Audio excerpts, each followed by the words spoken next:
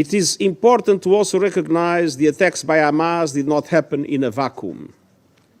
The Palestinian people have been subjected to 56 years of suffocating occupation.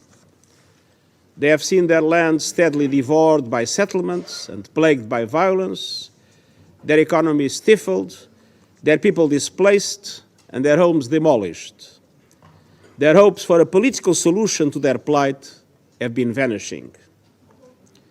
But the grievances of the Palestinian people cannot justify the appalling attacks by Hamas, and those appalling attacks cannot justify the collective punishment of the Palestinian people.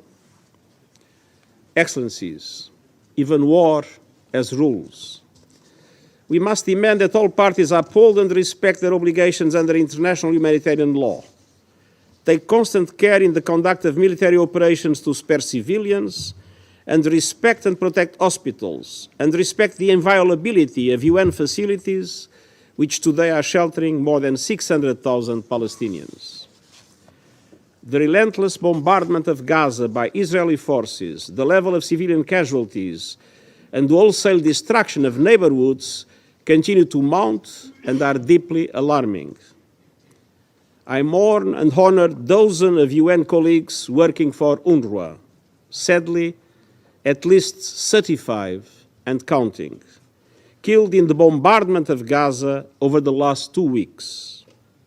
I owe to their families my condemnation of these and many other similar killings. The protection of civilians is paramount in any armed conflict. Protecting civilians can never mean using them as human shields.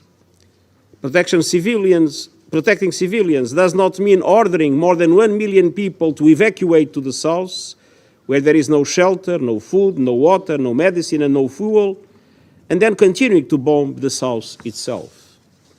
I am deeply concerned about the clear violations of international humanitarian law that we are witnessing in Gaza. Let me be clear, no party to an armed conflict is above international humanitarian law. Excellencies, thankfully some humanitarian relief is finally getting into Gaza, but it is a drop of aid in an ocean of need. In addition, our UN fuel supplies in Gaza will run out in a matter of days, and that would be another disaster. Without fuel, aid cannot be delivered, hospitals will not have power, and drinking water cannot be purified or even pumped.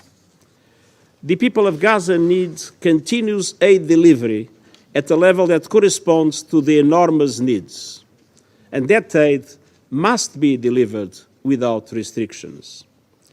I salute our UN colleagues and humanitarian partners in Gaza working under hazardous conditions and risking their lives to provide aid to those in need.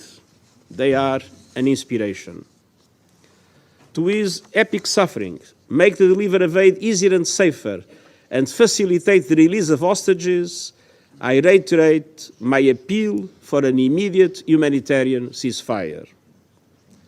Excellencies, even in this moment of grave and immediate danger, we cannot lose sight of the only realistic foundation for a true peace and stability, a two-state solution.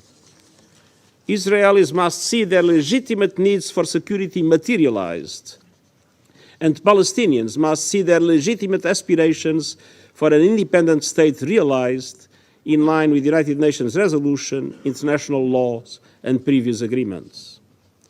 And finally, we must be clear on the principle of upholding human dignity. Polarization and dehumanization are being fueled by a tsunami of polarization and dehumanization